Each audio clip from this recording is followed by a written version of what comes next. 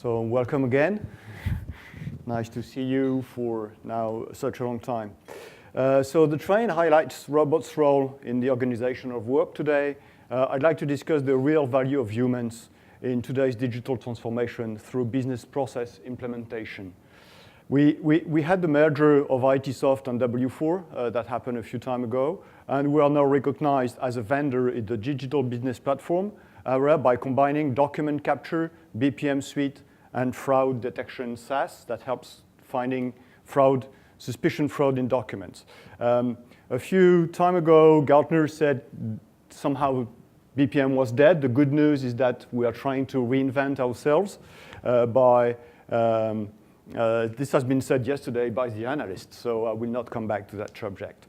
So in the era of digital transformation, the complexity for humans is getting bigger and bigger with the incapacity to foresee what threat is about to happen, because the more you have some information, the more threats you may have. Hopefully, there is always a solution. So it may be radical, this one, but we must bring, as a software vendor, assistance to business analysts, developers, or process participants, because these are the ones that are key into the BPM world. And did you notice, as usual, as often, the solution is inside? Okay, so this is what we have bpmN inside. bpmN has so many resources that we can bring value to each of the stakeholders within a BPM project. For several years now, we have put all the logic of bpmN2 into an execution engine to secure modeling and execution as it is described by the spec. The spec, bpmN is the spec of bpmN Plus today. We may reuse our knowledge to progress in satellite dimension that can actually put bpmN technology at the service of different users for their performance in their own work. So, because real life is a bit complicated, so these are real business processes. For instance, in the public sector for tendering or numerous actions have to be in sync when you want to achieve an action. Process definition may be a little tricky. So for the developer, what we want is to provide a guidance to make their life easier, to make sure their model is correct and ready to execute properly. And you don't do that only with code. You need to have some tooling for that. We'll come back to that in a minute. For the business users, the logic has to be explained.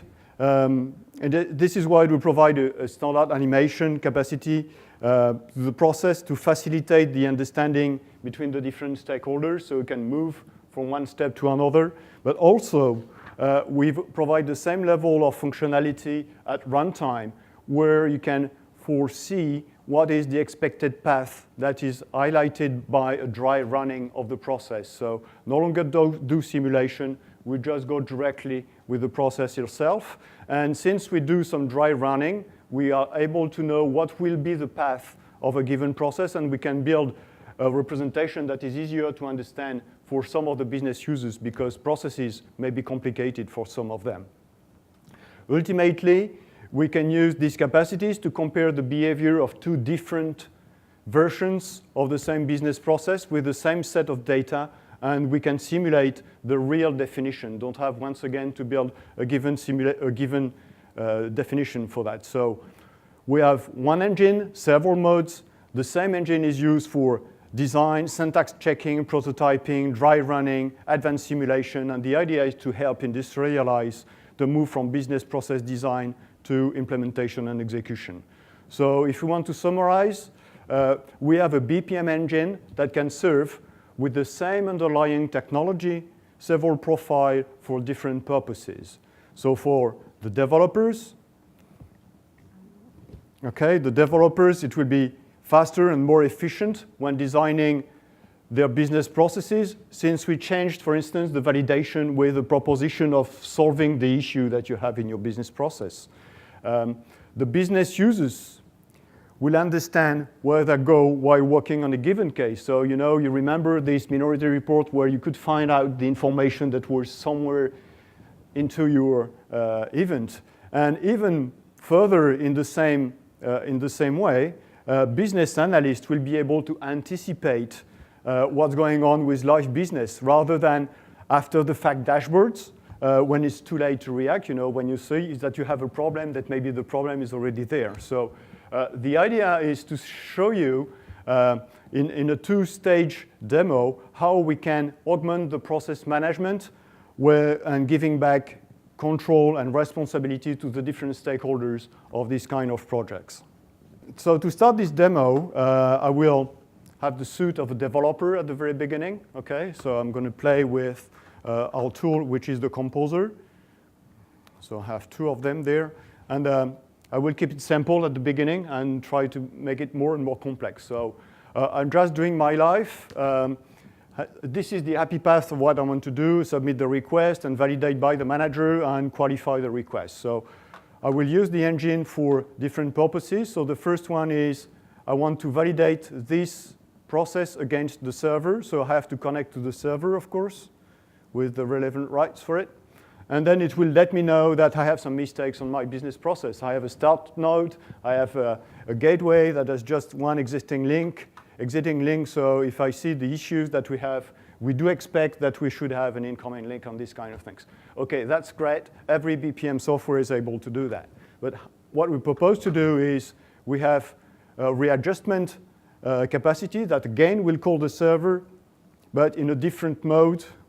And this server will try to find out what has to be added to make the process eligible for being BPM compliant. Okay, so this is the first stage, very easy. But the other part of BPM, and I like talking about this each time I come here, is the data that has to be set. So I have a set of data here, so this business process specialist will understand what I talk about item-aware elements. So I have different pieces of data that is available there. And on top of this, I can select there and have a condition that is written. We have an expression language there where we say that the variable that is called approval has a given value, and we go one path there. But if I validate this business process against the server again, okay, I have to save. I made some modification. Okay, and validation for definition is okay. So there is no trouble from a bpmN2 point of view there. But the only issue is that I have to make a decision on top of the gateway, but the value, there is no data that has been initiated for that. So I can ask my system again to complete the definition, and it will just add a single pieces of value there. It's very small at the beginning because I want to make it simple, but we'll see at the end of the process that can be helpful when we have a big process coming in. So let's go and see the next stuff. I have a border event, and the border event has to have, in case of a timer, has to have an exiting link that goes there. So if I, once again, do the job, it will let me know. At the minimum, you must do that if you want your business process to be valid. So you see the point. We do for the gateways. We do that for the events. We do that for data and condition. Events, gateways, data and condition to make this process available. So this is the basic stuff we have. If we push one step forward, I go and move forward in my process definition there.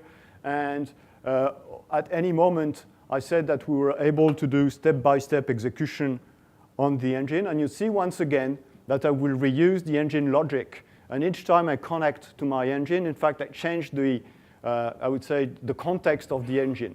Context for validation, context for completion or readjustment of the processes, context for simulate or animation of my business of my objects. And I will see that we have different context as well that comes. But at any time, this is the same process and the same definition. I don't have to rebuild something for a specific context. It's always the same level of information that I have there. So I can start, and then we have the tokens. This is some kind of classical work that we're able to do. Interesting to have that at design time, but this will be available as well at runtime. So before we go for runtime, I will just want to show you the process we have for this purpose that is a bit more complicated, okay, because in real life we see that business processes look like this rather than the early ones. And this is the idea anyone says in the room. I start with a 3-step process and then I finish with, how many layers you said you had? Okay, 18, 20 or whatever. It's just incredible how deep you can go when you go into BPM. And once you have this kind of business processes, if I once again check it against the server, validate, then it says, okay, save. Okay, save everything you want. Okay, I hope this one was valid. So let's see the problems that I have here. Right, I'm not on the relevant process. You see here which kind of processes you have. So what I can do here at that stage is say, please complete my process. Okay, and here is I had a change that has been made because even if I have some lot of data that is available around, it has to be refreshed at the moment we have a condition. Of course, I can accept or refuse the modification that has been made, but it will help me understanding how things are going. Okay, doing well in the time. So this is the first part, bring assistance to the developers, let them understand how they can do things, and let them be more comfortable and focus on the business rather than try to find out which are the different corrections that has to be made on the process itself. Now I have created an application there, so this is a useful tool for that. This is not the one I want to show you, that's the one. So this is the traditional to-do list that I have there. I can create new instances. I can see the different cases that I have available. So it's useful by different point of view. So this is just a PO piece of information. So I want to have a new computer for bpmNEXT, I would say 2018, because today is almost well engaged. The estimate price is about 1,000 euros or dollars, whatever. I want to get it in some date, we don't mind. And the description, this is a laptop with a battery, whatever. Okay, and then I can, of course, save that. It will stay into my to-do list, but I have a button here that shows that I can dry run my process. So here I'm at the very beginning.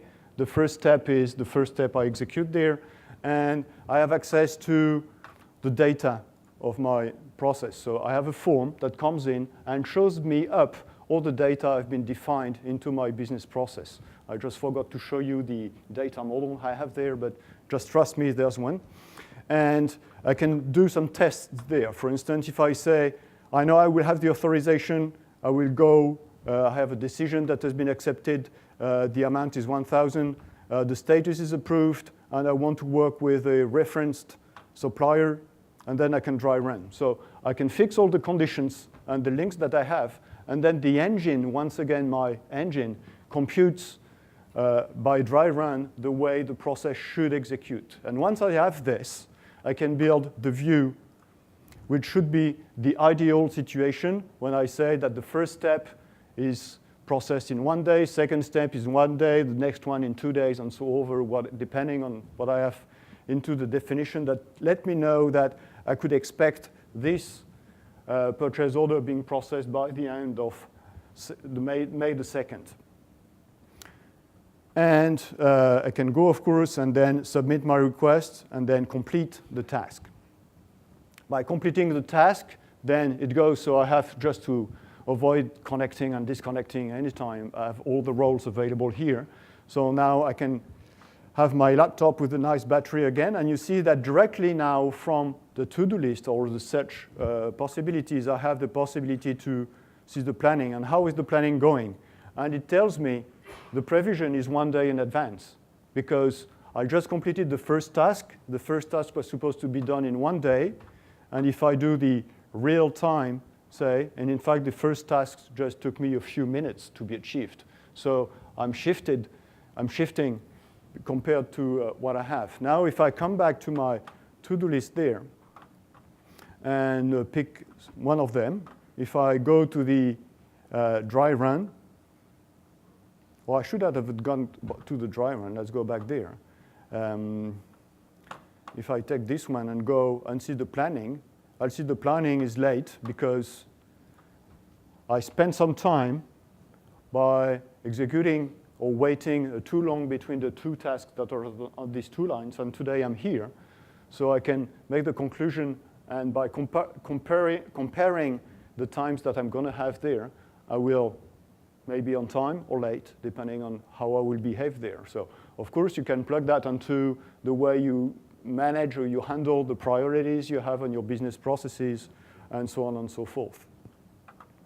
Okay, so this is the globally all what we have. The last thing I wanted to show you is that even if we take the submit request there, do the dry run again, you will be able to play with all the different conditions that are available. And there are some tricks. For instance, if we go and see yes, go, approved, and I want to go with an external supplier, don't provide the name at the moment, so it will dry run, show wherever it can go. And you see that there are some moments where the situation may be a little difficult to understand, where you wait some events, you have some tasks to be processed. So this is something that can be difficult to solve in terms of simulation or getting the understanding there. So if I click there on this one, then I will go to the cancellation because I pushed the time. But if I continue processing there, saying add to have the computer should come from there, whoever, I don't mind there at that stage, then it will go through, and you see that even if you have some signals on these kind of things, since you use the logic of the server, it will just rely on the definition or the complete definition of your business processes. So I'm almost done for the demo. I think I could stop there. So if you have any question, I would be happy to answer to them. Thank you.